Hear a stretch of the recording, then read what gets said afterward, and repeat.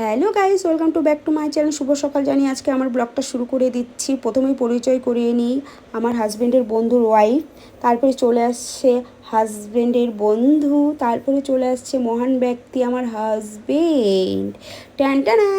তারপরে কী জন্য এসেছি, কী জন্য ব্লগ করছি অবশ্যই তোমাদের জানাবো। তারপরে দেখো এই দাদাটাও চলে এসেছে আমাদের সঙ্গে, আমার ছেলেও এসেছে আমাদের সঙ্গে। ভীষণ বোর হয়ে যাচ্ছিলো তাই ফোন দেখছে। তো মেন কাজে আসি বন্ধুরা। তো সিগনেচার চলছে, কী জন্য সিগনেচার চলছে অবশ্যই তোমরা বুঝে গেছো। রেজিস্ট্রি ম্যারেজ চলছে বন্ধুরা।